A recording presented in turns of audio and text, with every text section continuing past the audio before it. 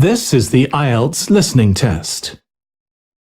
You will hear a number of different recordings, and you will have to answer questions on what you hear. There will be time for you to read the instructions and questions, and you will have a chance to check your work.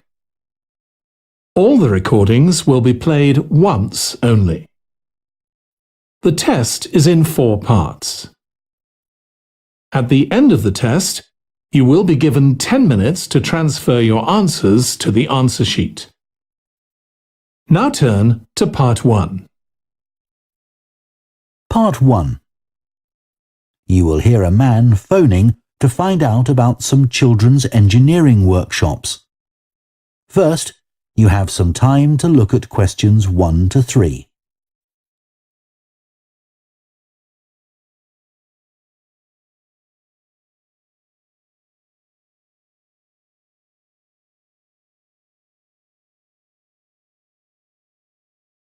Now listen carefully and answer questions 1 to 3. Hello, Children's Engineering Workshops. Oh, hello. I wanted some information about the workshops in the school holidays. Sure. I have 2 daughters who are interested. The younger one's Lydia. She's 4. Do you take children as young as that? Yes, our tiny engineers workshop is for 4 to 5-year-olds. What sorts of activities do they do? All sorts. For example, they work together to design a special cover that goes round an egg, so that when it's inside, they can drop it from a height and it doesn't break. Well, sometimes it does break, but that's part of the fun. Right. And Lydia loves building things. Is there any opportunity for her to do that? Well, they have a competition to see who can make the highest tower. You'd be amazed how high they can go. Right. But they're learning all the time as well as having fun. For example, one thing they do is to design and build a car that's attached to a balloon, and the force of the air in that actually powers the car and makes it move along. They go really fast too. Okay, well, all this sounds perfect. Before you hear the rest of the conversation, you have some time to look at questions 4 to 10.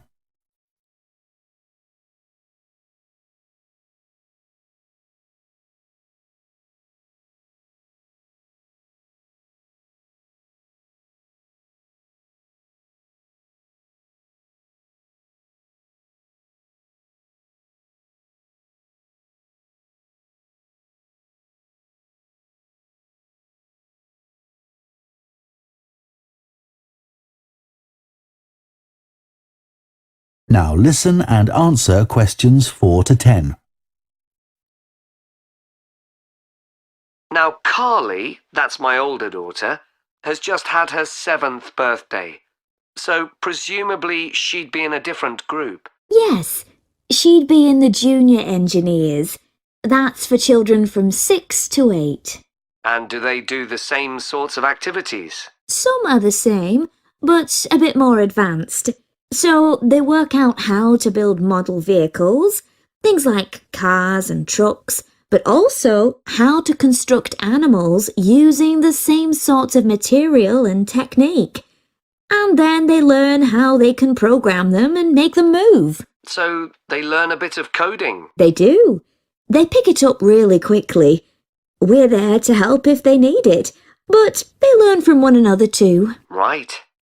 And do they have competitions too? Yes. With the junior engineers, it's to use recycled materials like card and wood to build a bridge.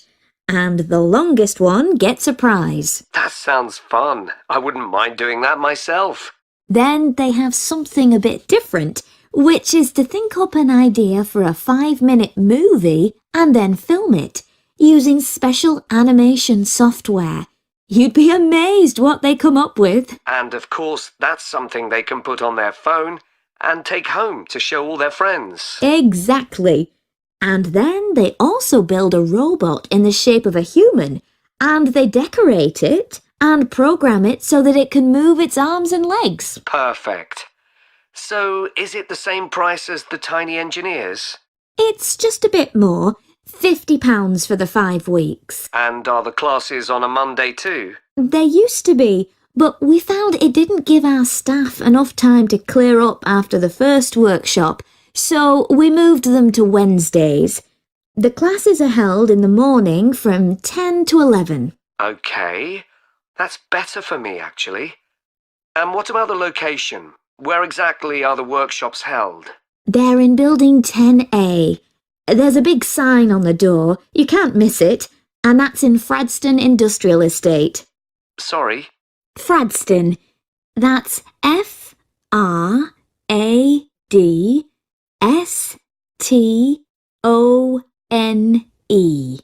And that's in Grassford, isn't it? Yes, up past the station. And will I have any parking problems there? No, there's always plenty available. So, would you like to enroll Lydia and Carly now? Okay. So, can I have your full name? That is the end of part 1. You now have half a minute to check your answers to part 1.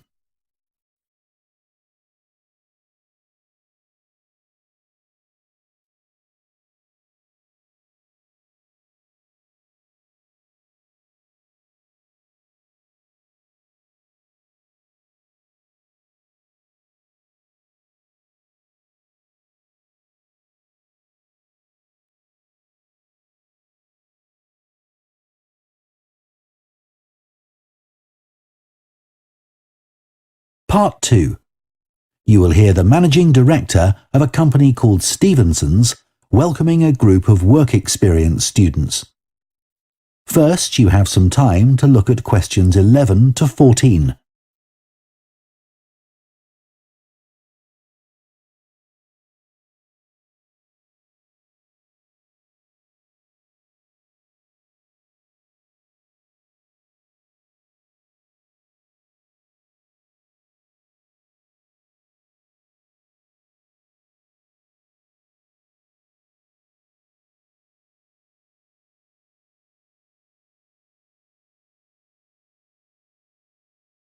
Now listen carefully and answer questions 11 to 14. Good morning everyone and welcome to Stevenson's, one of the country's major manufacturers of metal goods. Thank you for choosing us for your 2 weeks of work experience. My name is Julia Simmons and since the beginning of this year I've been the managing director. Stevenson's is quite an old company. Like me, the founder, Ronald Stevenson, went into the steel industry when he left school. That was in 1923. He set up this company when he finished his apprenticeship in 1926, although he actually started making plans 2 years earlier in 1924. He was a very determined young man. Stevenson's long-term plan was to manufacture components for the machine tools industry, although in fact that never came about, and for the automotive industry, that is cars and lorries. However, there was a delay of 5 years before that happened, because shortly before the company went into production, Stevenson was given the opportunity to make goods for hospitals and other players in the healthcare industry. So that's what we did for the first 5 years.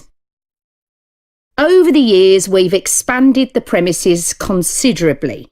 We were lucky that the site is big enough, so moving to a new location has never been necessary. However, the layout is far from ideal for modern machinery and production methods, so we intend to carry out major refurbishment of this site over the next 5 years. I'd better give you some idea of what you'll be doing during your 2 weeks with us, so you know what to expect.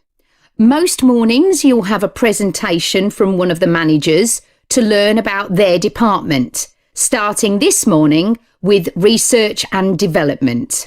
And you'll all spend some time in each department, observing what's going on and talking to people, as long as you don't stop them from doing their work altogether. In the past, a teacher from your school has come in at the end of each week to find out how the group were getting on, but your school isn't able to arrange that this year. Before you hear the rest of the talk, you have some time to look at questions 15 to 20.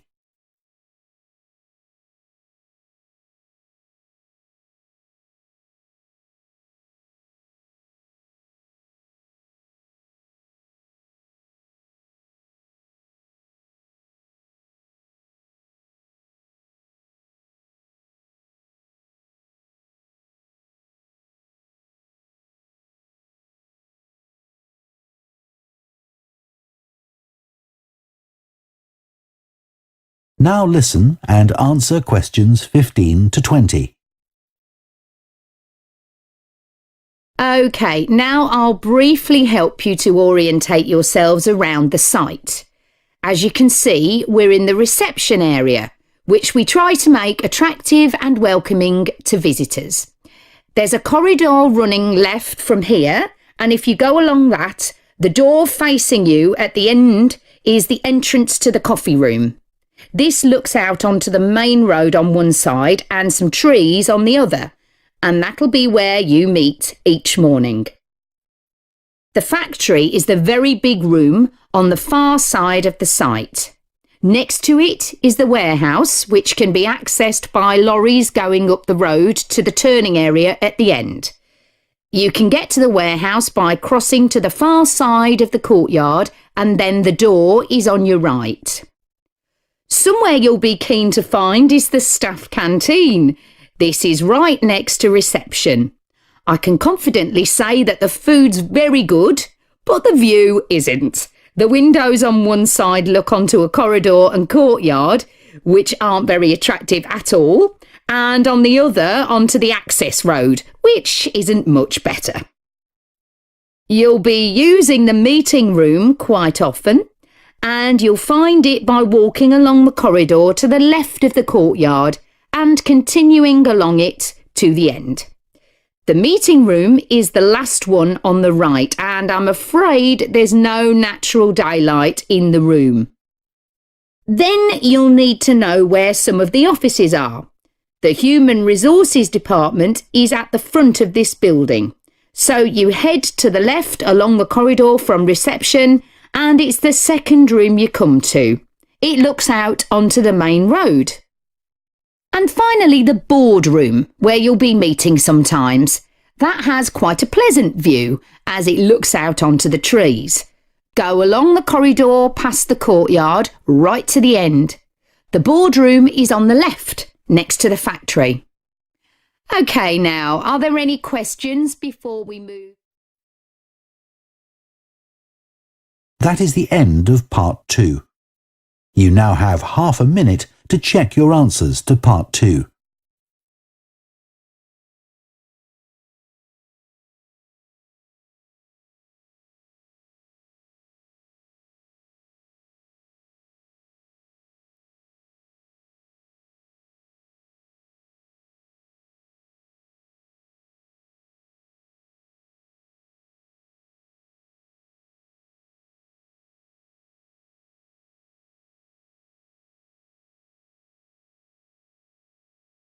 Part 3. You will hear 2 students called Jess and Tom discussing their art projects. First, you have some time to look at questions 21 to 24.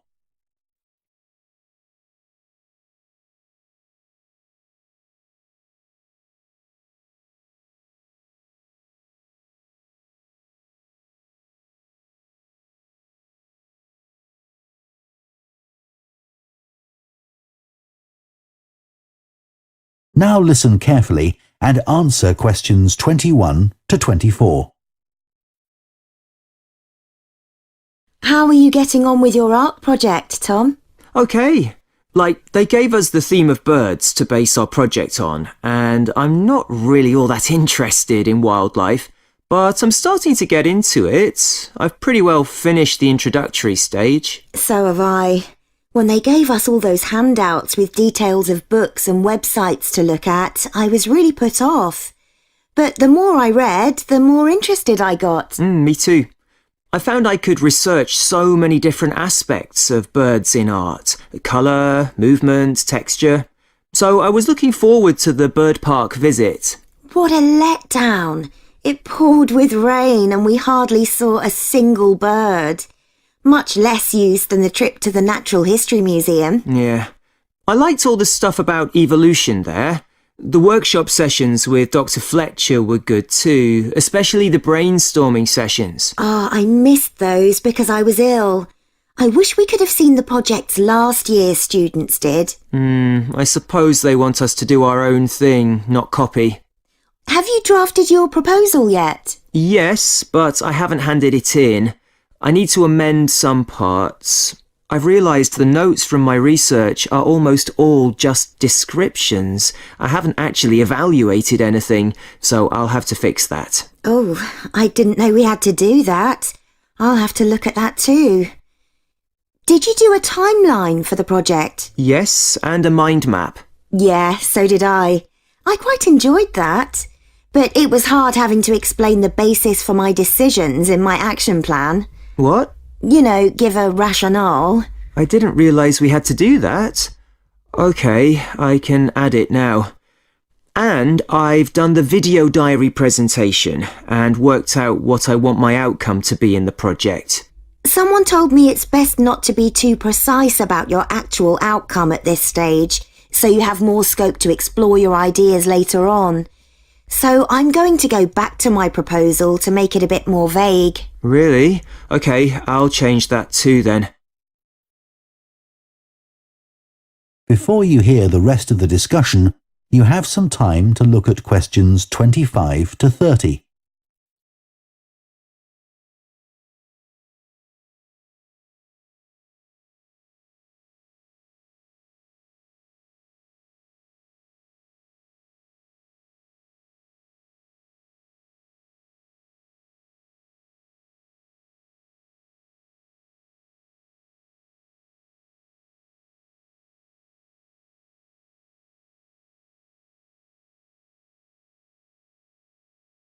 Now listen and answer questions 25 to 30. One part of the project I'm unsure about is where we choose some paintings of birds and say what they mean to us. Like, I chose a painting of a falcon by Landseer.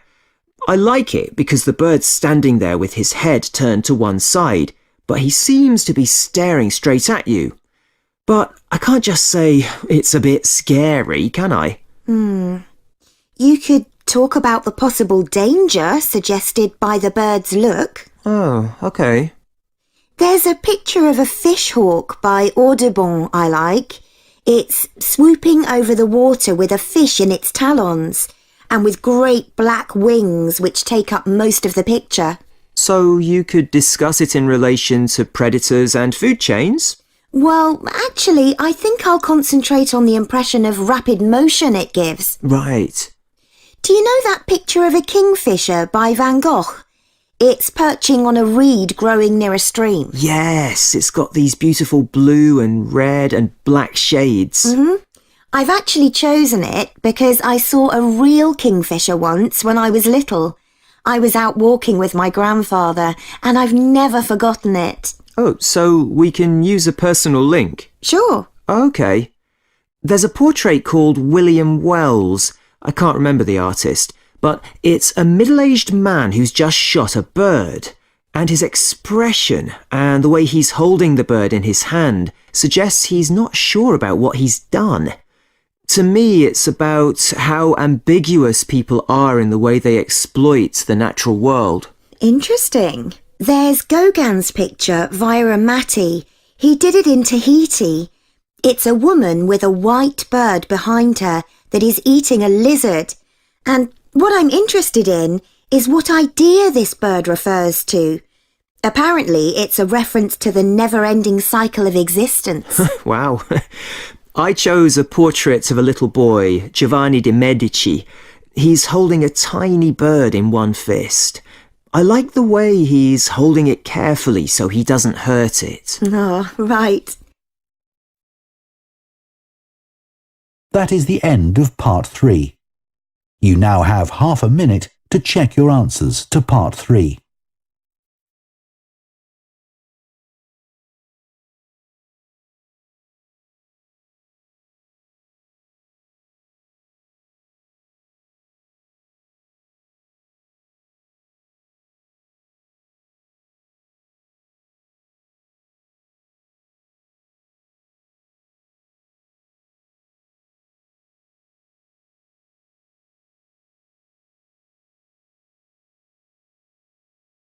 Part 4. You will hear a professor of philosophy giving a talk on the ancient philosophy of Stoicism. First, you have some time to look at questions 31 to 40.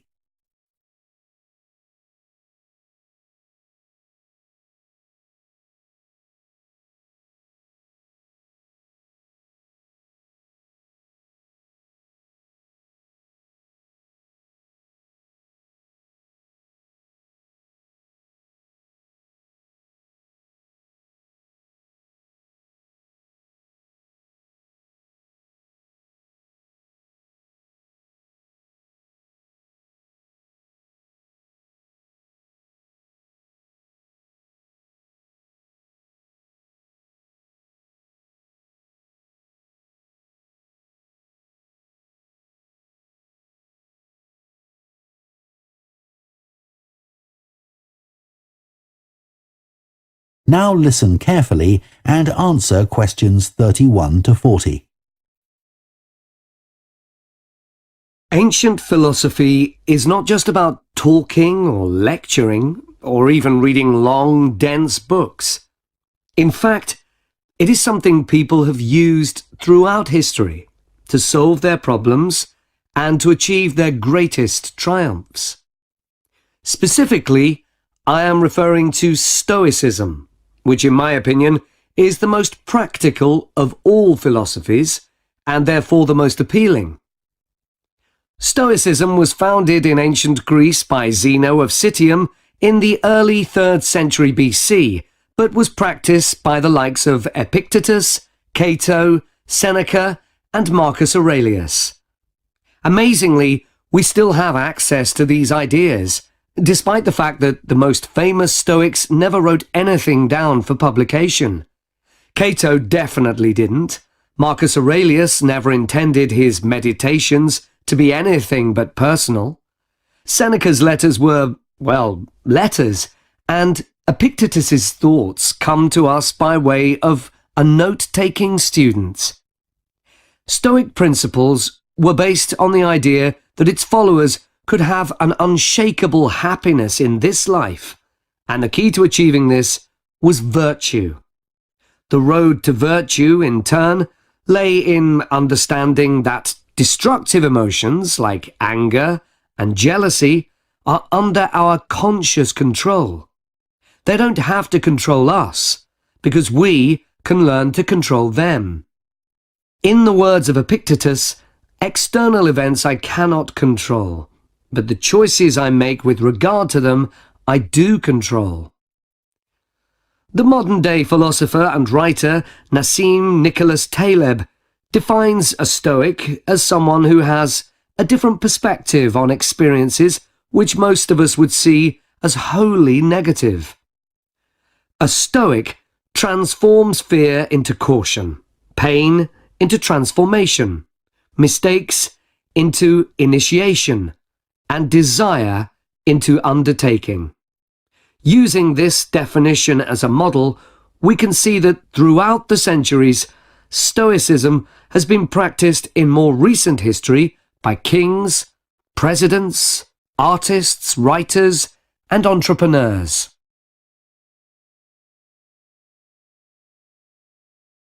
The founding fathers of the United States were inspired by the philosophy. George Washington was introduced to Stoicism by his neighbours at age 17, and later put on a play based on the life of Cato to inspire his men. Thomas Jefferson kept a copy of Seneca beside his bed. Writers and artists have also been inspired by the Stoics. Eugene Delacroix The renowned French Romantic artist, known best for his painting Liberty Leading the People, was an ardent Stoic, referring to it as his consoling religion. The economist Adam Smith's theories on capitalism were significantly influenced by the Stoicism that he studied as a schoolboy under a teacher who had translated Marcus Aurelius's works. Today's political leaders are no different, with many finding their inspiration from the ancient texts. Former US President Bill Clinton rereads Marcus Aurelius every single year, and many have compared former President Obama's calm leadership style to that of Cato. Wen Jiabao, the former Prime Minister of China, claims that Meditations is one of 2 books he travels with, and that he has read it more than 100 times over the course of his life. Stoicism had a profound influence on Albert Ellis, who invented cognitive behavior therapy, which is used to help people manage their problems by changing the way that they think and behave. It's most commonly used to treat depression.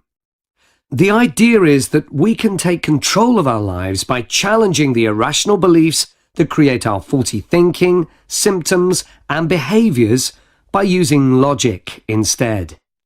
Stoicism has also become popular in the world of business. Stoic principles can build the resilience and state of mind required to overcome setbacks, because Stoics teach turning obstacles into opportunity, a lesson every business entrepreneur needs to learn. I would argue that studying Stoicism is as relevant today as it was 2,000 years ago, thanks to its brilliant insights into how to lead a good life. At the very root of the thinking, there is a very simple way of living. Control what you can and accept what you can't. This is not as easy as it sounds and will require considerable practice. It can take a lifetime to master. The Stoics also believed the most important foundation for a good and happy life is not money, fame, power, or pleasure, but having a disciplined and principled character, something which seems to resonate with many people today. That is the end of Part 4. You now have 1 minute to check your answers to Part 4.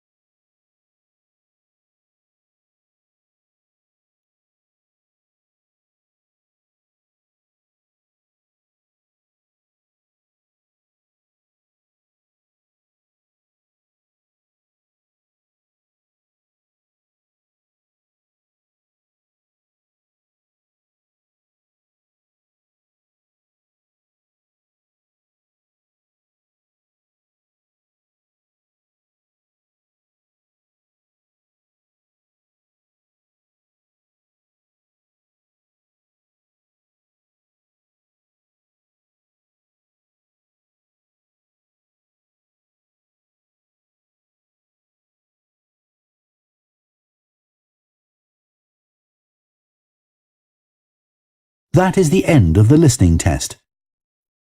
In the IELTS test, you would now have 10 minutes to transfer your answers to the answer sheet.